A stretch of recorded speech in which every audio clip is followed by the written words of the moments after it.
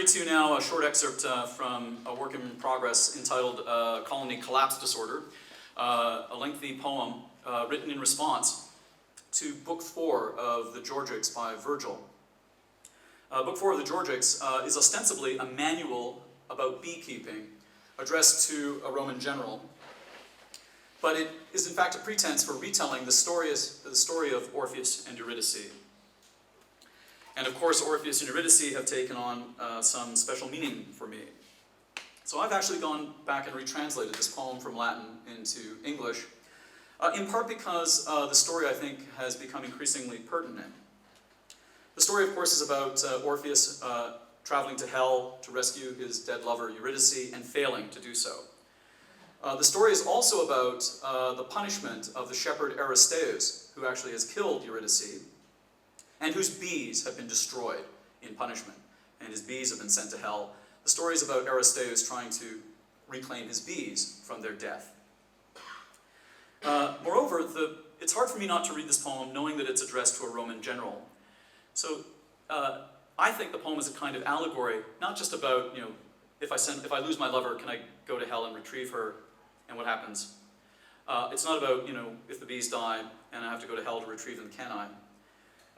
I think it's a meditation upon what kind of sacrifices need to be made, what kind of penance has to be paid, if as a Roman general I send my troops into hell and I can't bring them back. Because the bees in this poem are equated with armies. There's a militancy to the hive. And of course, even now, in our own contemporary milieu, the bees are in trouble. They're on the verge of extinction as a side effect of the colony collapse disorder, the syndrome caused by neonicotinoid pesticides. And of course, this suggests the degree to which, even now, we may be sending all of humanity to hell, and we may be unable to bring ourselves back. I'm just going to read to you the first 10 excerpts from this poem. Colony Collapse Disorder. Airborne honeydew sweetens my spirit with the perfume that by divine decree hath enticed me to perform these sonnets for thee, my maestro Gaius Maecenas. Study with grimness the plight of puny gods, warlords in a day-long dynasty whose sieges and jihads I must be laud in song.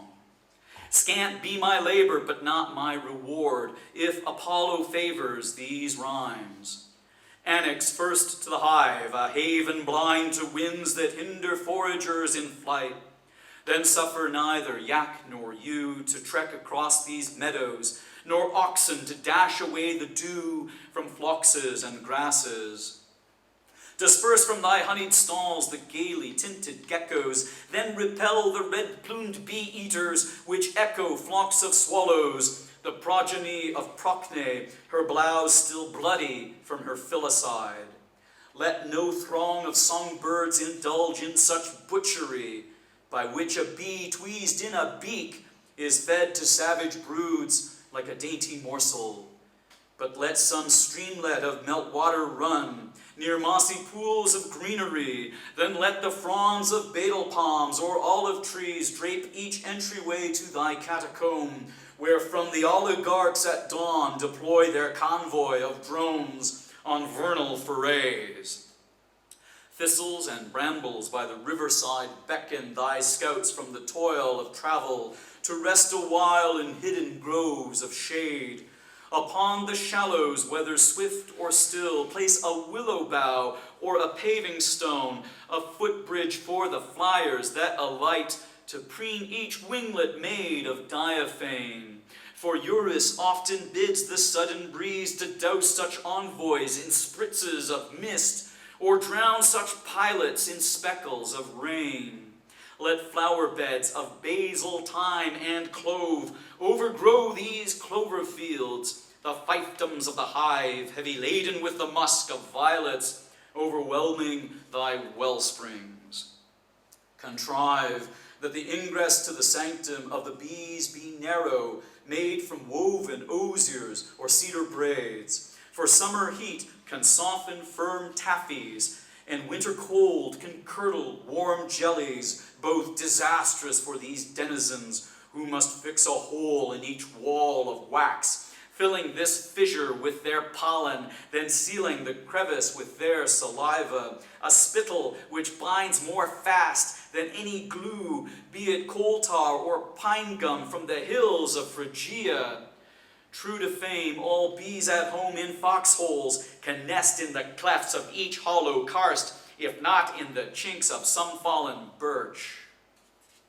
Thatches of adobe and straw, if daubed like grout about the doorway of a tomb, can delay the loss of heat from the cribs.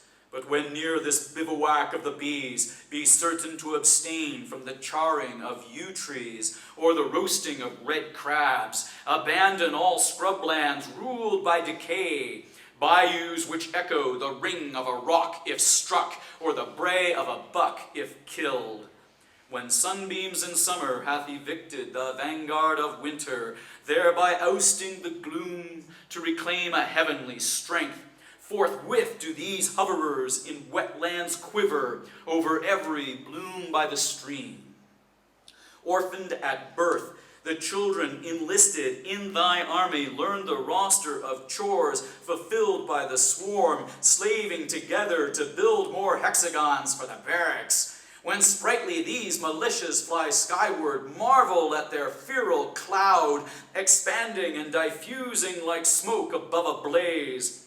They seek fresh waters and leafy bowers, hence surrender unto them thy tributes, bestrewing hither the hints of sweetness, crumbly balsams and opulent hyssops. Then let the zephyrs caress thy sleigh bells, the wind chimes of Cybele, summoning all the bees to slumber in their cradles. Crusades, however, can spur the unrest of dormant legions, bestirred in the hive when rivalries arise between twin foes, contending for ascendance to the throne. Notice from afar this call to slaughter, which must sway the fey mob of rioters, their hearts athrob with pending warfare.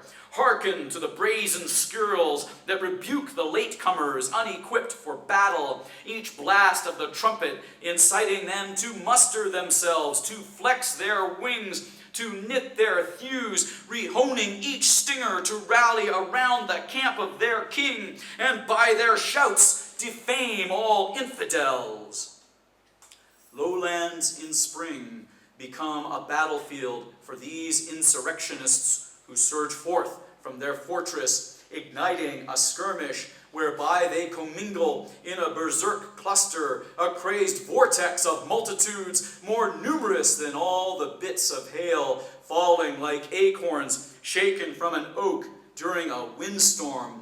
Ornately shielded, the winged moguls barge into this melee, their pygmy hearts full of godly malice, each vowing to show his twin no mercy, until some victor swats aside all blows.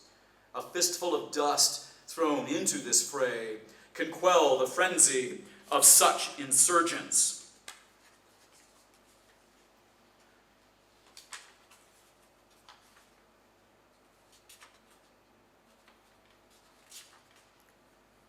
Demigods grant the honeybees a share of the divine liquor, the mead that hath caused imbibers to dream of the ether, which suffuses the empire of the stars, a chasm from which all mortals at mass at birth, each atom of their inner flame.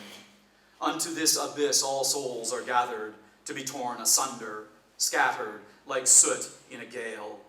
But upward into this vault of night fly tiny bees in mighty hordes. If thou durst unlatch their sarcophagi, to drink from thy cup the floral syrup, dab thy lip with rose water by the tomb, then pry the lid amid a cloud of smoke. Doomsday wreaks its toll of ruination upon these helots, whose bodies languish and collapse under the lash of bondage. The afflicted, gray and lean with decay, are borne away on biers by pall-bearers, the ungrieving caretakers bred to clear the waxen cells, whilst survivors loiter, listless from famine in these vestibules, each soul frost-bitten by an early chill. Now hearken to the keening of the hive.